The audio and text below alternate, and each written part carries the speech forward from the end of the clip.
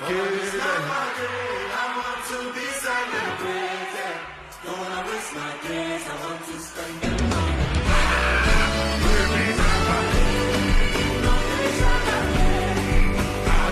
welcome to the episode talking about crazy Kampala hub experiences. Right here in the studio with me, I've got the one and only James, who most of you might know by now. James, give us a shout out. Hey everybody, James in the building. Yeah. I'm happy to share my experience. Let's go. James had 3 stories. His first story was about water. You see, James is an MC. He was the host at an event one night, but his payment was delayed, so he didn't have any cash. He and his roommates were thirsty after the show and wanted to buy water at the supermarket. So James, being James, this is what he did. That day, I just went to the tap of the supermarket and drank that water. And then the day after, I had a sore throat. And that's when I saw because the water was not clean, of course. But that's when 100 francs is a lot of money. You guys just keep it safe. So you drank the tap water. What about, was it just you, or were your roommates there as well, your housemates? My roommate, he was okay. He was okay. I was too hungry. He didn't shout. One who shouted. Remember this episode where I said, when it was time to get on the lake, some students were missing. They had gone to get breakfast. James is about to make a shocking confession. The second story was when we went to Lake Victoria. So when we went there, everybody was there ready to get on the lake and everything, and then they wanted us to go out. We wanted to go out and go and look for some food and eat and come back quickly and catch up the others when they wanted to go on the boat and go on the trip. But then when we went to eat, we delayed a bit. Why? We saw a carnival on the way. So they were doing a publicity, a kind of campaign in a big camion, music and everything about an event that was coming up. And I had the friend in that camion. So as I'm an MC, I went to see my friend, and then we had free ride from the Lake Victoria up to the place that we wanted to eat actually. And then in the car, my friend gave me the microphone to entertain a little bit as I was there and everything. And then I took the microphone, was entertaining all over the road from the Lake Victoria up to inside the town. And finally, we got doing a trip longer than expected. Wow. And then that's it. And then after the tour, we went and ate, and then we came back to Lake Victoria and went for our trip, and then caught up on you guys when you were in the forest on the mountain.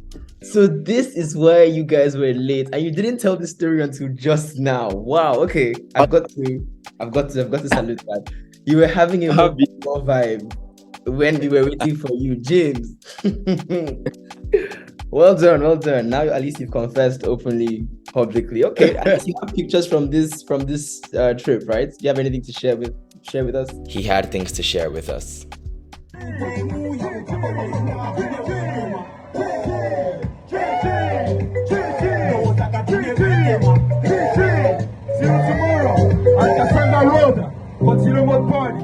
Okay, the third story is when we were coming back from Kampala. So the first story is we missed our flight, right? And we went to the airport. So that we missed the flight like 2 minutes or 3 minutes, and they were like, no, they are sorry, we can't get in anymore. So we went on a bus ride to come back to Kigali. And then on the bus ride, we stopped. We were somewhere in the bush, and I wanted to pee. Then I got down the car and asked if I could pee. And they said they didn't reply to me because policemen were there and everything. So I went and started peeing, and the policemen started shouting, "Hey, why are you peeing there? We told you not to pee, and you are continuing peeing. Come here, you're gonna stay here with us. You are not moving. You are not going back to Rwanda. You're gonna stay in Uganda." And I'm like, how come? And what I did is, at the time I said, "Hey, what are you doing there?" I holded my canal already. I holded it tight with. And the fun thing is, I showed him for him to know that when he said I should stop, I stopped. Because what he was saying is, he said I should stop peeing, and I was going on. And I showed him, and everybody saw it. And as everybody saw it, he was obliged to let me go. And then I went, and then he released the rest, and then went into the car, and we came back. These policemen were probably like, this guy is not a normal person that we have met. This one is not a normal person. Oh my God, James, and that thing happened so casually. You just stepped off the bus, and the next minute you were coming back in saying, "Look, this crazy thing just happened." Wow. Just happened. All right. Well, thanks for sharing those stories. I'm sure there are other people who had stories to share, but may have been possibly a bit too shy. Thank you very much, James. So one last quick question for you, hot seat vibes. Did you or did you not have a crush at any point in time on any of the explorers that we went to in Kampala? At any point in time, did you have a crush on any one of the explorers? Yes or no? Why me? Why are you doing this to me? You know we are. Give us your answer. We are live. We're on the air, bro. We're on the air. Tell us. No. Right now. No, I would say no. I would say no. James, we have our eyes on you. We have our eyes on you. All right. Thank you very much. Thank you very much for your time today, Kansa. Hope to see you around more often. Thanks. See ya.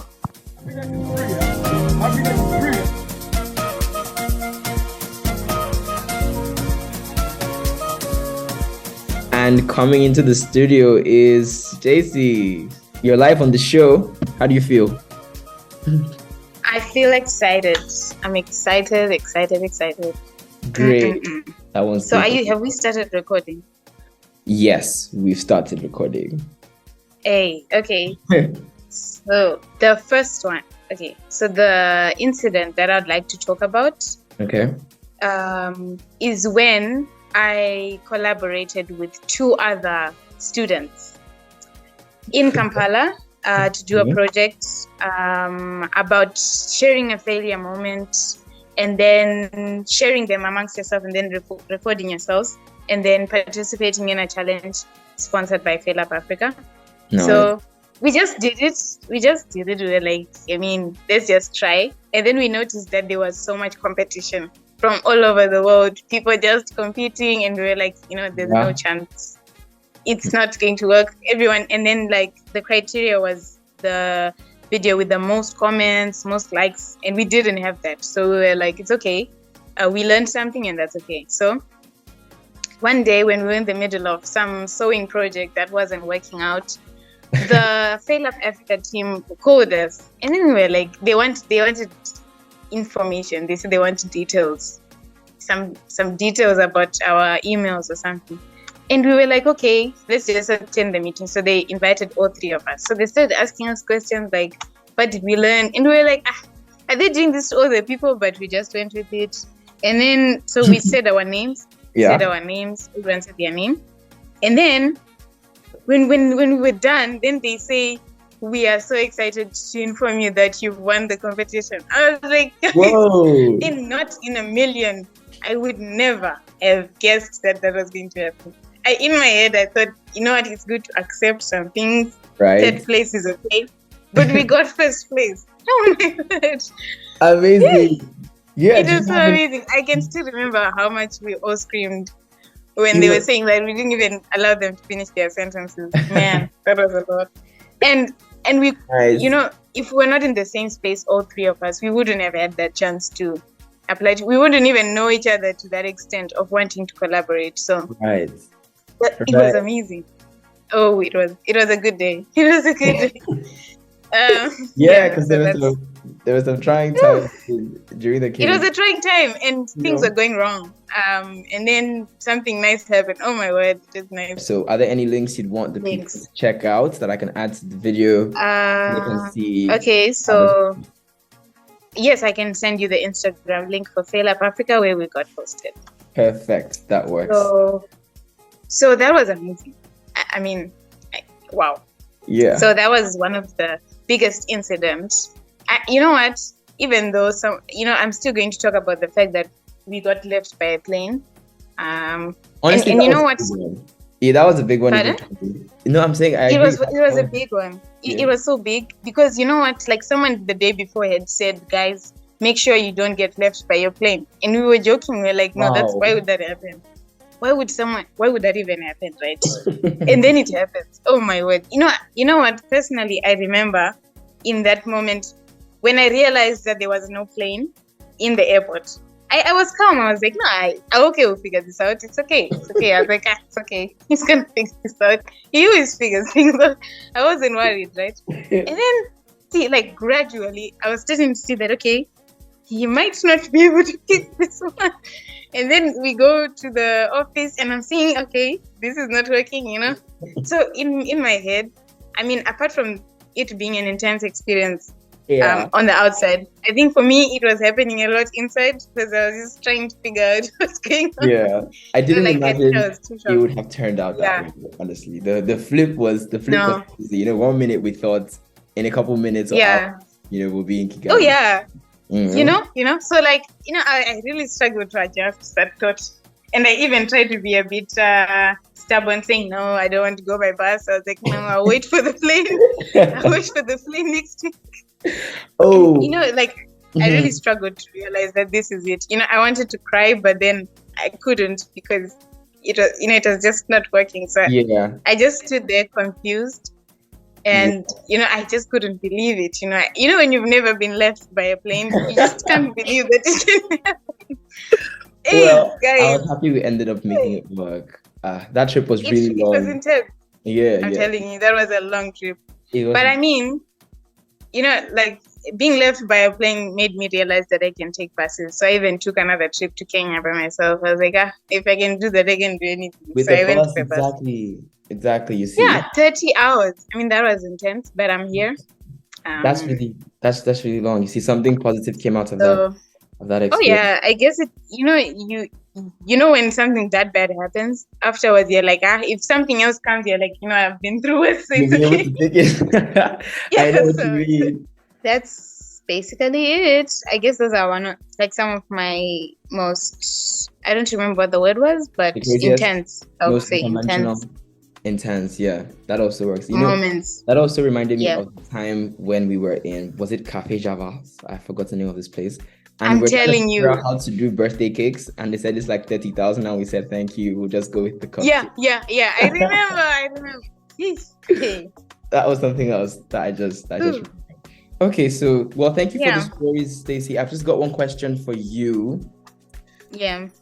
Hot seat vibes. James kind of managed to dodge his a little bit. So let me see what I can toss your way. And mind you, different people from different places at different points in time would probably listen to this. So so is there anything you did or that happened in Kampala that when you think about it makes you blush? Is there anything that happens in Kampala and when you think about it, it makes you blush? Yes. That was such a staggered yes. Is that a yes? Yes, I made friends. Yeah. Are you saying friends make you blush? Yeah, you know when you've got really strong, deep-rooted friendships that encourage you to grow and make you happy in different ways. Yeah. It makes you blush. I'm gonna just so I felt like what? Yeah. I feel like I really built a lot of meaningful friendships, and you know, just being around people that you can relate with. Lizzie, here's my clapping emoji for you in the corner. Very good. I saw the emoji. Very nice to you. Yeah, definitely. What do you mean save? This is it. This is the. Of course. No, of course, definitely. This is it. So that's going to be it for us on Crazy KHE with Stacey. Thanks for hopping into the studio. We hope to see you around. Thank you for having me. Yay! Are you going? Thank you. Okay. Bye. Testing. 1 2 1 2. Celestine, can you hear me? Yes, I can hear you. All right, great to have you in the studio with us, Celestine. You're welcome. Thank you. All right, great. So this is the Crazy KHE part of the series. What we're doing here is we're just telling stories about unusual things that happened during your experience in the Kampala Hub experience. We'll start with the crazy stuff, and then if you have any more serious or inspiring things for us, you can say that at the end. So, do you have any experiences or stories that you can share with us and the world about what happened in Kampala, the secrets of Kampala? Yeah, sure. I do. I do Okay. have. All right. Yeah. So, like, Go ahead. my story I can share about Kampala. You know,